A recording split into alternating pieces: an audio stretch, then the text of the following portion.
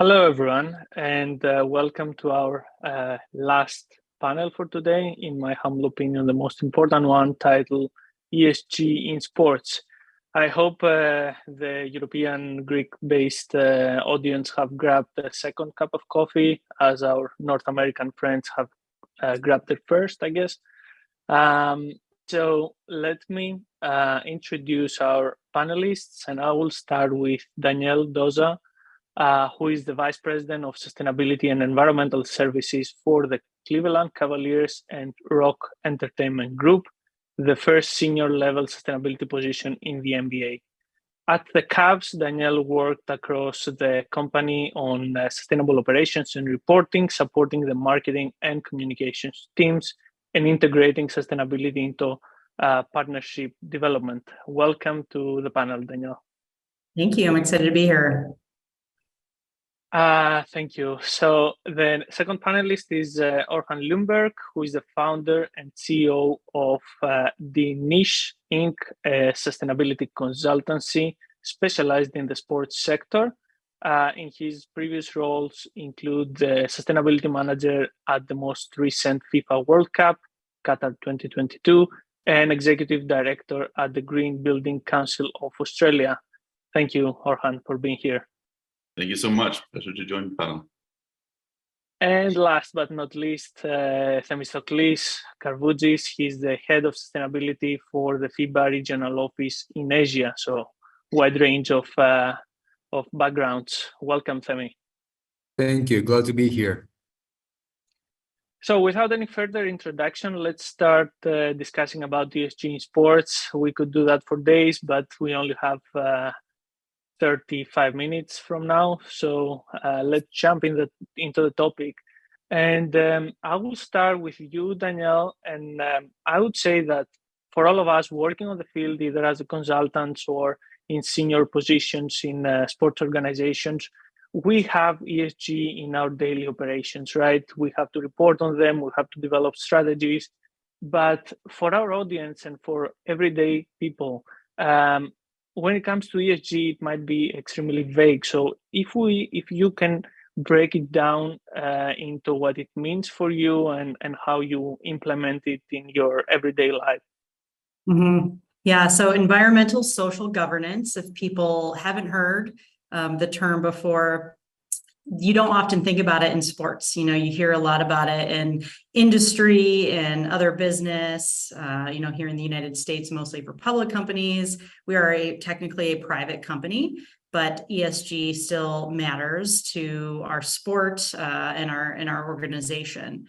We have to think about how is the environment impacting us? How are we impacting it? How are we impacting the community? And really, what risks do we take on? Thinking about ESG, risk is a huge part of ESG. And in sports, we're thinking about that much more as weather gets more extreme. We have stronger storms, say. While we are in an indoor building for basketball, we have to consider when we have extreme weather, how are our fans going to get here? Because we need fans to come to the building so we can, one, put on a show and also make money because, ultimately we are a company that needs to make money as well. So how do we get our fans here? How do we get them here safely? What are those risks to us if we are going to have increasing extreme weather? How do we respond to that? What do we look like for governance structures? Maybe if you're in a municipality or even a country that has certain regulations around what a company needs to do as far as, say, on the governance side of things, maybe your leadership is tied to certain benchmarks for your environmental impacts, your social impacts, thinking about that. If we have almost 2 million visitors come to our building every year, sometimes we'll have outside events. When you think of the social side of things, again, what are we doing for the community? You have to think about labor issues, ensuring that we are, working within regulations and doing everything we can to not only take care of our own team members, but others who may come in. Maybe it's through, for other teams, anything like that. And you also have to think about human trafficking as well. When you have so many people in a building, so many outside people, our building hosts other events aside from sport as well. So when you're having all of these outside folks come in, you have to think about a lot of these issues and what is that risk to your company, ESG specifically. So those are just, wide-ranging issues. ESG covers a swath of things, but I'll stop there for now. Oh, thank you. That's a great framework to start our discussions. What about you, Orjan? Any examples of how you use this framework in North America and Canada, or how did you use that in the Middle East and Qatar? Yeah, I mean, it's very interesting to think about sports and ESG. ESG is very broad, and also sports is very broad. We have, sports is teams, it's buildings, it's transport, it's apparel, it's food and beverage, it's waste, it's so much, right? So it's almost like its own little ecosystem itself. So when you combine these two, you get a huge scope. So I think it's quite important to know what is important to you and what you can actually have some level of control or influence over. And in strategy ESG work, people love to talk about materiality assessments, which is a very swanky word for just saying what is important and what matters to you. And I think this is becoming more and more prevalent around ESG work, where we ask staff, stakeholders, and business partners, what should we be focusing on? We have this long list of different things that we could be doing, and to prioritize those into something that is meaningful and actionable is really important through the ESG work. Just to touch on Danielle's point there, I like the sports sector as well, because I see it as having 3 different touch points with sustainability. The first part would be around looking after your own operations, minimizing your impact, taking responsibility for your own work and your supply chain. The other part would be adapting and getting ready for the changing climate that is coming, which Danielle was touching on earlier as well.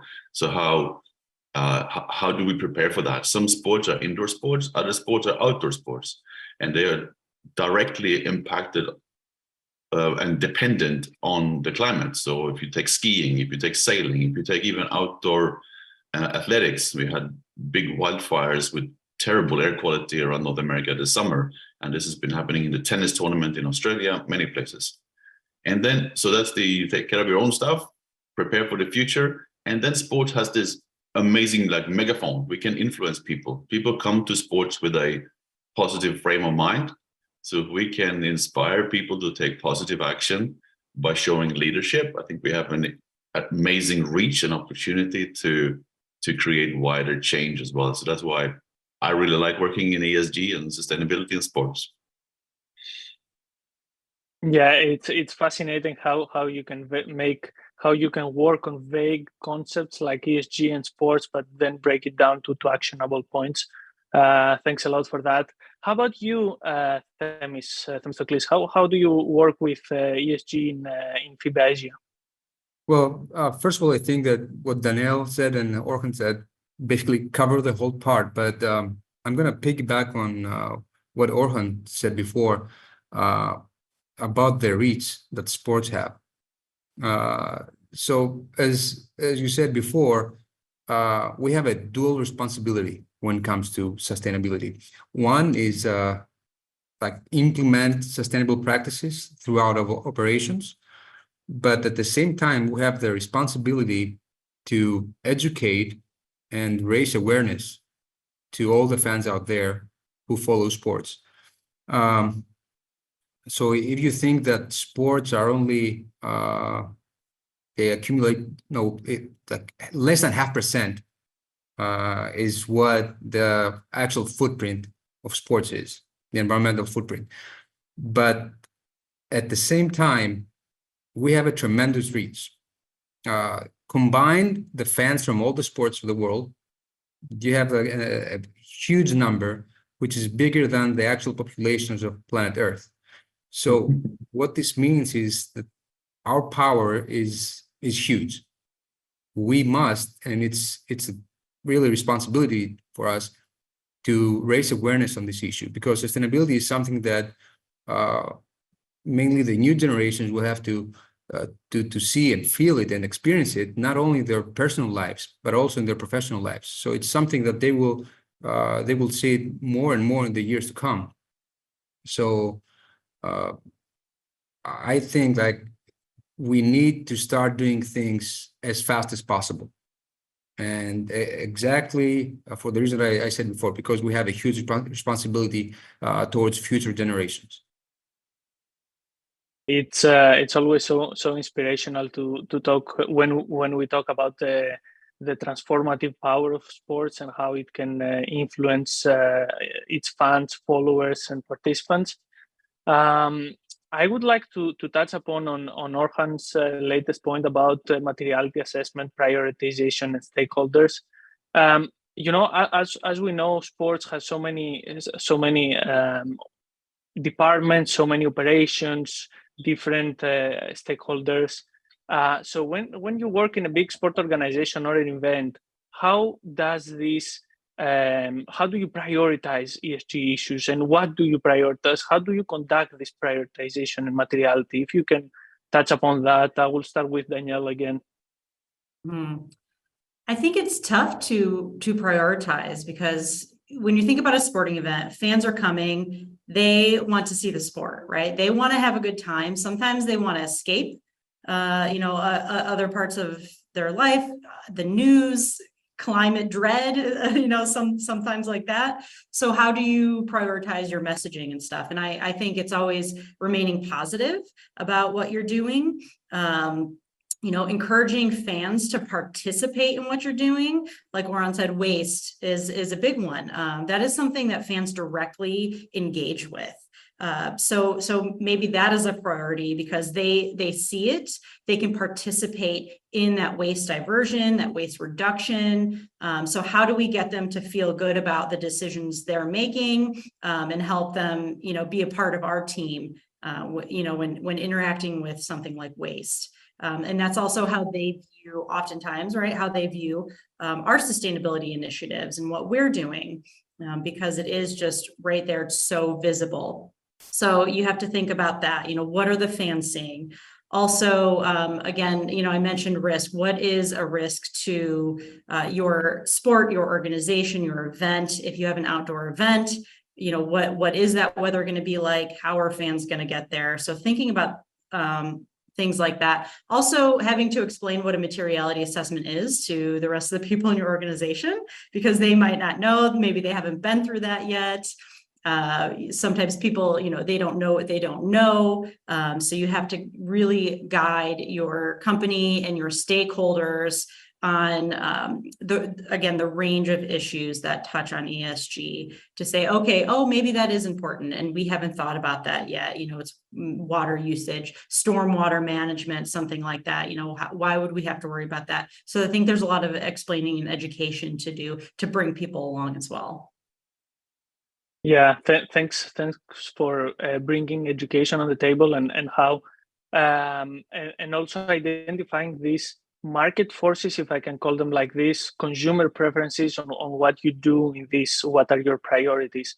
Themistocles, when it comes to a non-for-profit organization, a regional federation, which I can imagine it's not that much driven by consumers, but it's also other stakeholders like sponsors or the International Federation, FIBA, putting some requirements and some pressures there.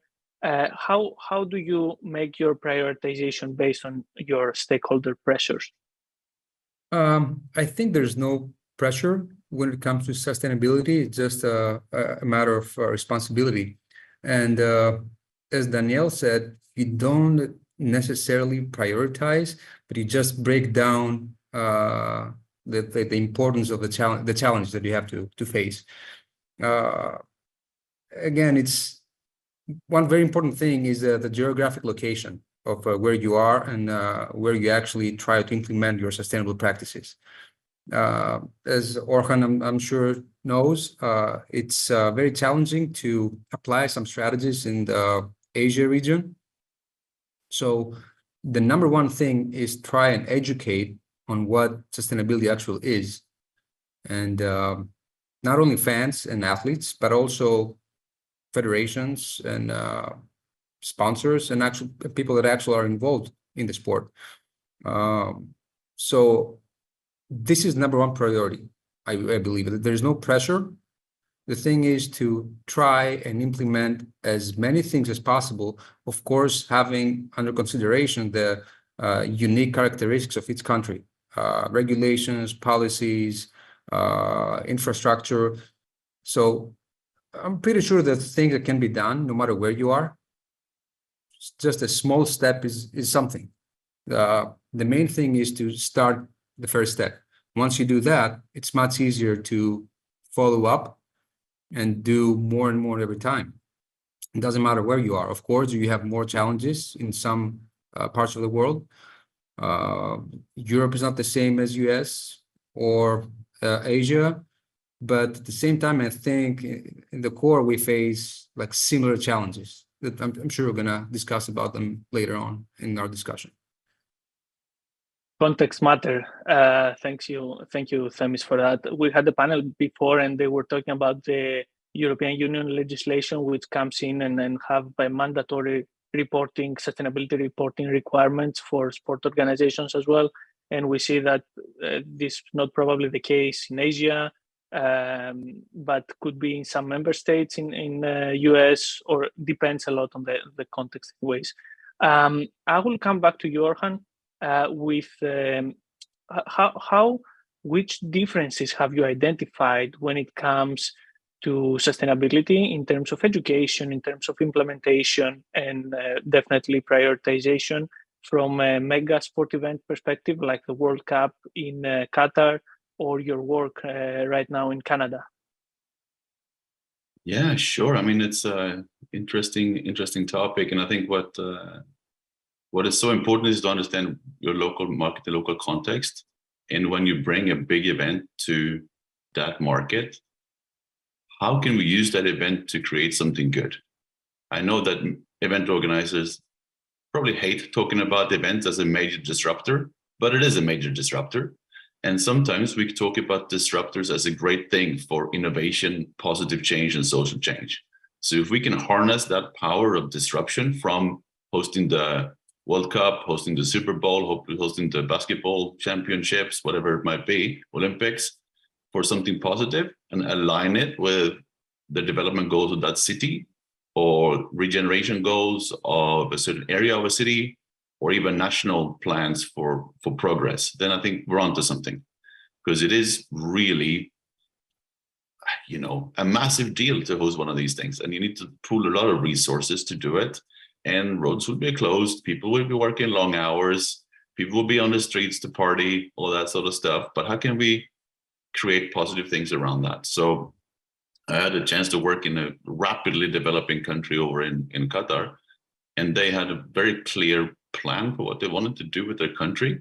And we were able to blend that with the event. So they wanted to improve public transit. We were able to build public transit infrastructure, electrification of the bus fleet. They wanted to build solar power infrastructure. We were able to fast track that partly because of the World Cup, at least, to have that ready before the World Cup started. They wanted to increase recycling rates in the country. National recycling rates was less than 10%.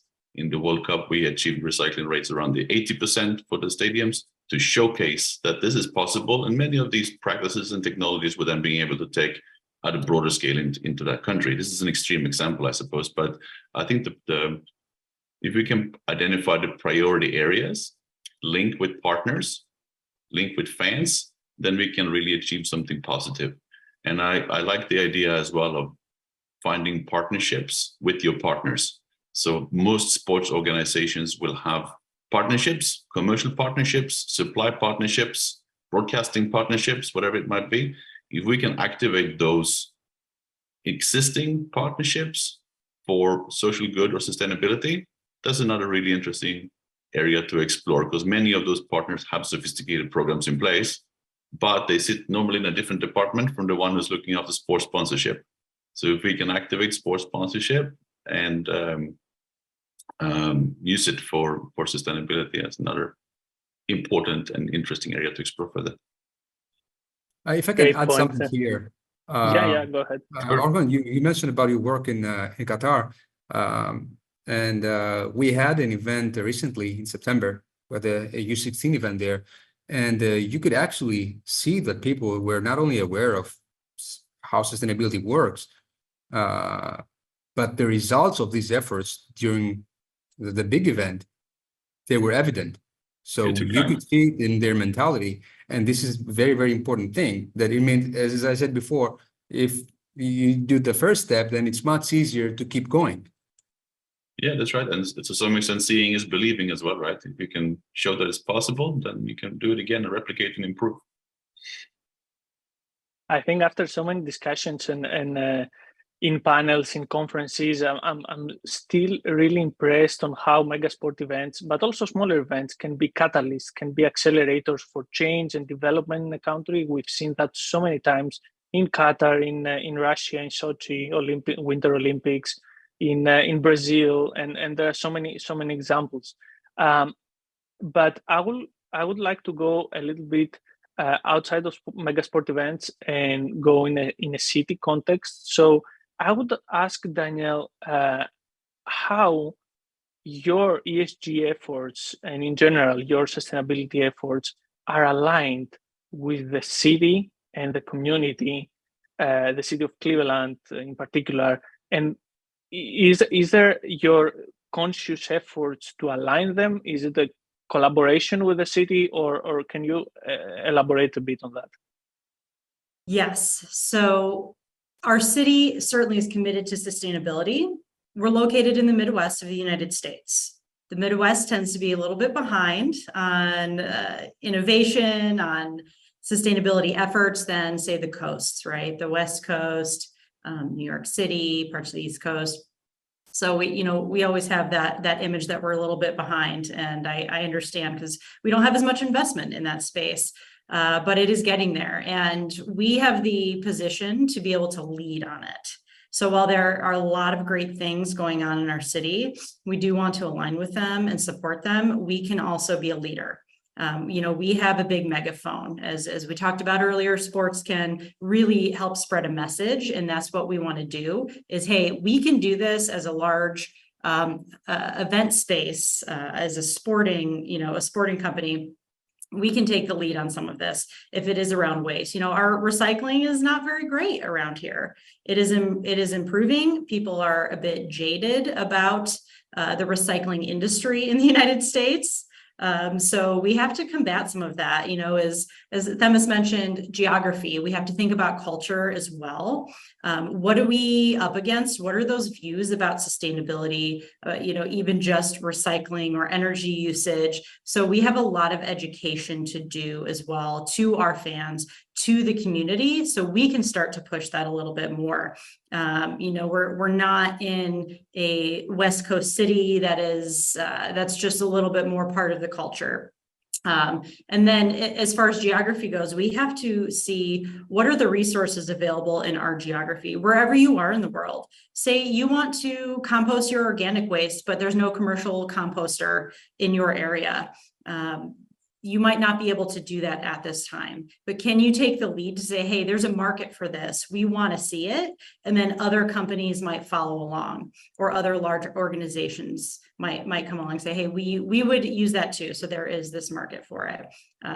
When we think about energy usage, you have to think about what are the risks to your energy grid. What sources power your energy grid. Maybe you want to decarbonize as an organization, as an event, but you have to think what kind of resources are powering that grid. It might not be a lot of renewables, and there's nothing you can necessarily do to change that because you don't control the electric grid. You're just a user of that. But again, how can you use your megaphone and your position to try to shift change a little bit? So that's kind of the position we're in. We love our city. We are very committed to sustainability, as is our city, and we are growing together. So I'm excited to be a leader in the space and work with others who are leading the charge too.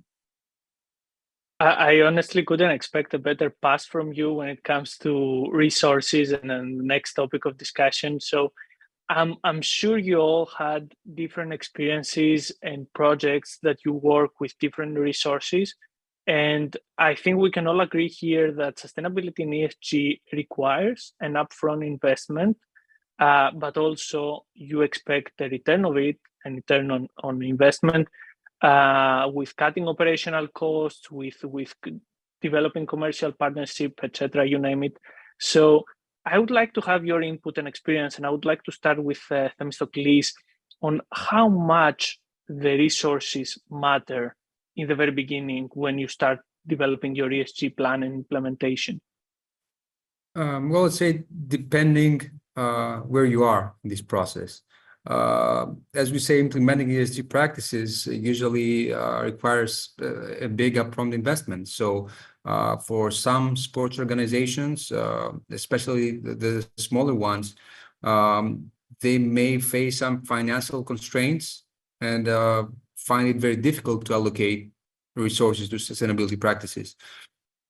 I think it's important, of course, to have a big budget, but at the same time, it's also important to make people aware of sustainability. Just let them know first what it is, because there's a lot of people out there and businesses say that they're not really aware of this issue.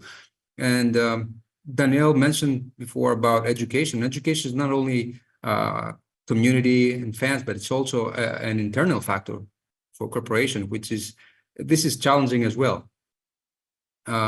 So I would say that budget would be crucial up to the point that you have reached to, you have done some substantial effort when it comes to sustainability. So in the beginning, maybe it's not that important, and I don't want it to sound bad, but in my opinion, the first steps, you just need to have the right people with passion about it and able to to make other people to share their vision and share this passion they have, and like create this domino effect. I would honestly agree with you that human resources can be more beneficial than financial resources in most of the times. How about you, Orjan? What's your input on that? Well, I think number one would be to have the buy-in from the top. Once you have that, you can start pulling all different types of levers. You can ask for money, you can ask for people, you can ask to borrow people from other teams, who usually sustainability is about influencing what other people do and change what they do. It's not that much that we do, really. If you want to change the waste ops, we got to go to the waste peoples, for example. So if we can borrow them, work with them, and really get them on board to deliver these things, we'll be much more effective. But I think as well, like if you're making commitments, if you're making statements, you need to back it up with some resources. Otherwise, it's going to fall on its face.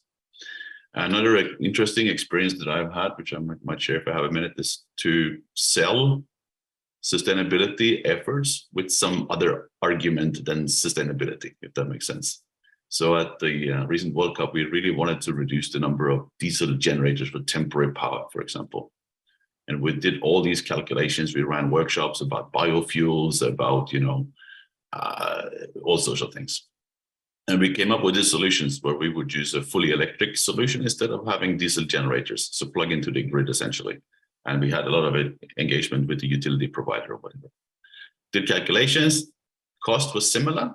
We did calculations, there was, thousands of tons of CO2 emissions being reduced. We were super excited as a sustainability team. There was local air emissions going away. There was noise going away. Great, fantastic. And it kind of fell on deaf ears because we haven't done this before. This seems complicated.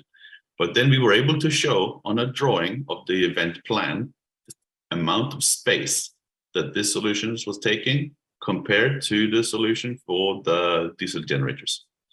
So diesel generators, tanks, maintenance staff, trucks going in and out became much more complicated from an operational perspective.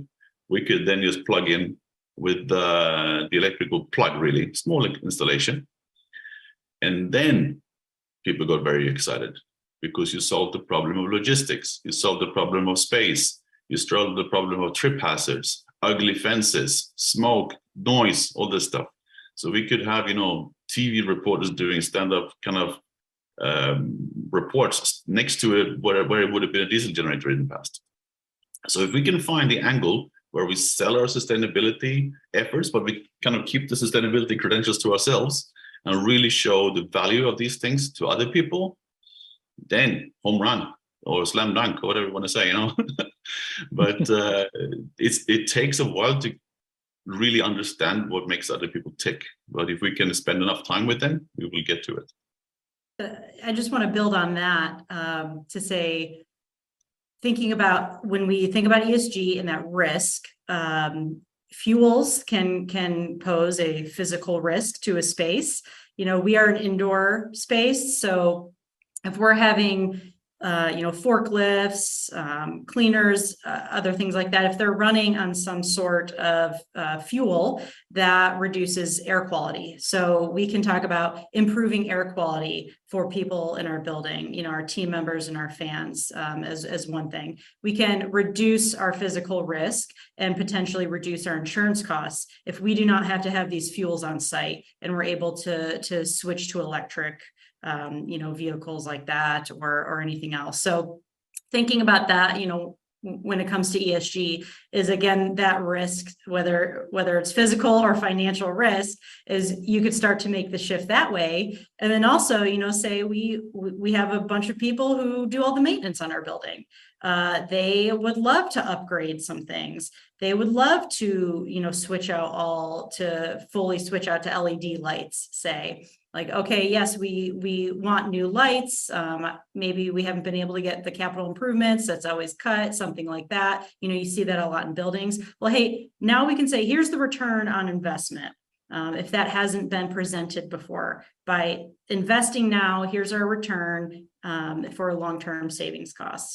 One, you don't have to replace lights as much. Two, you're going to reduce that energy bill a little bit. So again, putting numbers to things can help bring people along.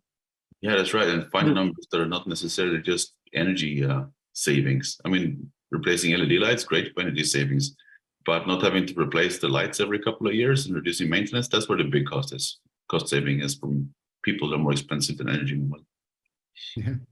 But at the same time, I think we need to see sustainability from a different perspective, because can be able to be a new revenue stream by itself. Yes. Like sustainable practices can attract a lot of sponsors that they have now. They have a dedicated amount of money directly for these purposes.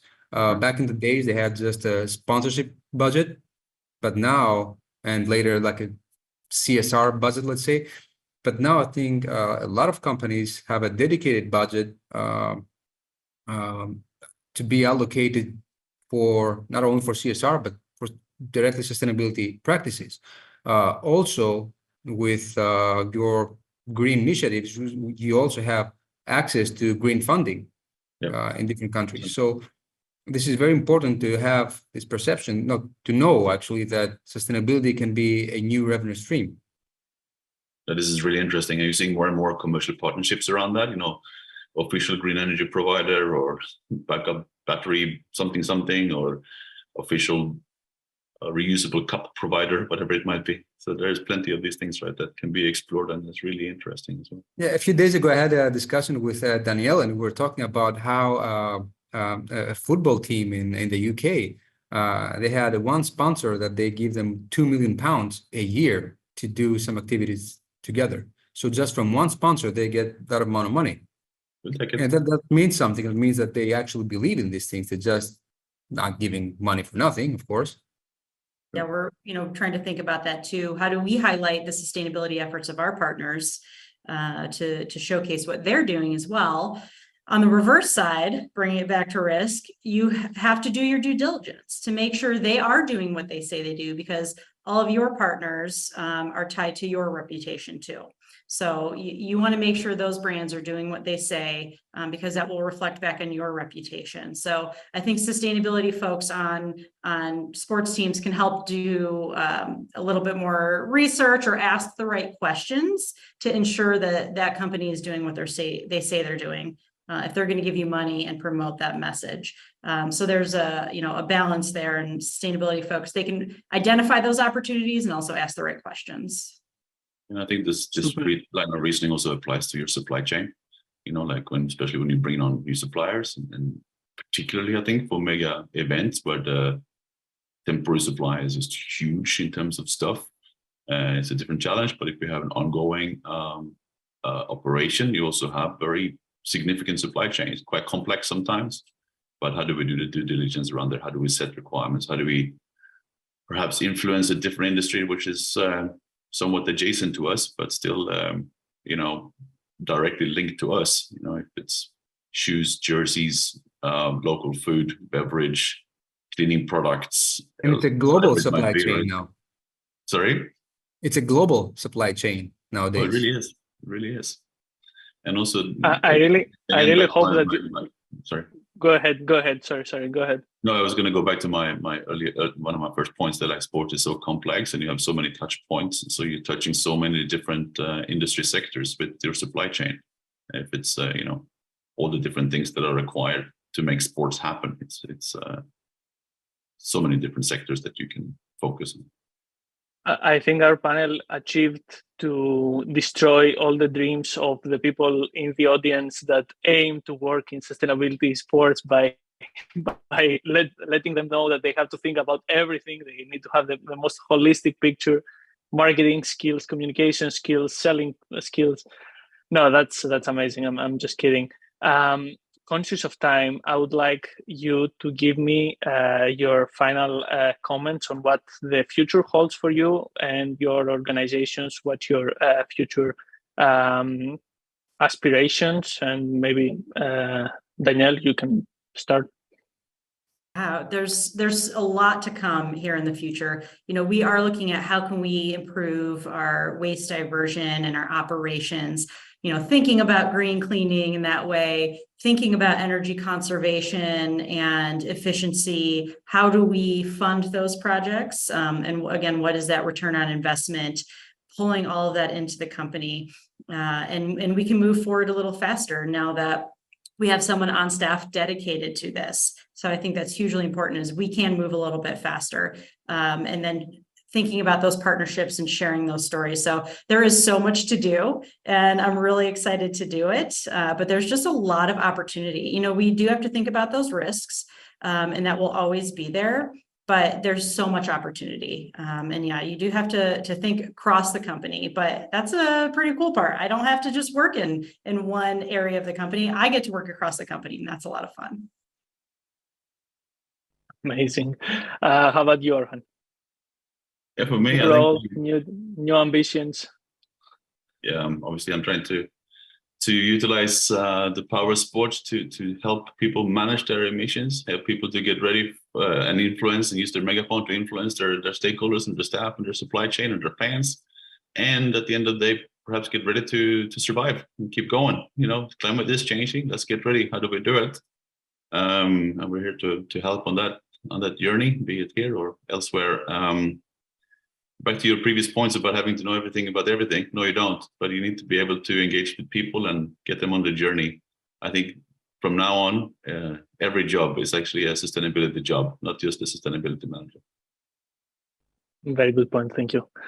Themis, your final inputs.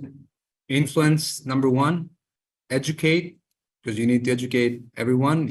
Like, we need to be educated as well. And I think also we need to break down all the challenges that we're going to face. We know there's going to be a lot of resistance to change from a lot of people. We're going to face a lot of financial constraints, of course, lack of knowledge. Again, we said we have like a big and complex and global supply chain. So we need to break down all these challenges, and according to where you implement your strategy geographically, like take under consideration the local communities and work with them, along with them, and just try to change. I just want to add one thing. I think it's hugely important that we have to work together on this. Don't just focus on your team, your company, your sport. go talk to other people and other teams working in other sports, working events, because it's going to take collective action and collective knowledge to really move things forward. And share best practices, of course. Like we're all together in this. We're not competitive. We just try to work together towards a common goal. Couldn't agree more. And I honestly could stay and discuss these issues for hours, definitely. But I will let you guys start your day in North America, and us, Themis, and myself, finish our day slowly. So I wish you the best of luck and success in your future. And thank you so much for putting together such an amazing panel. Our pleasure. Thank you. Thank you.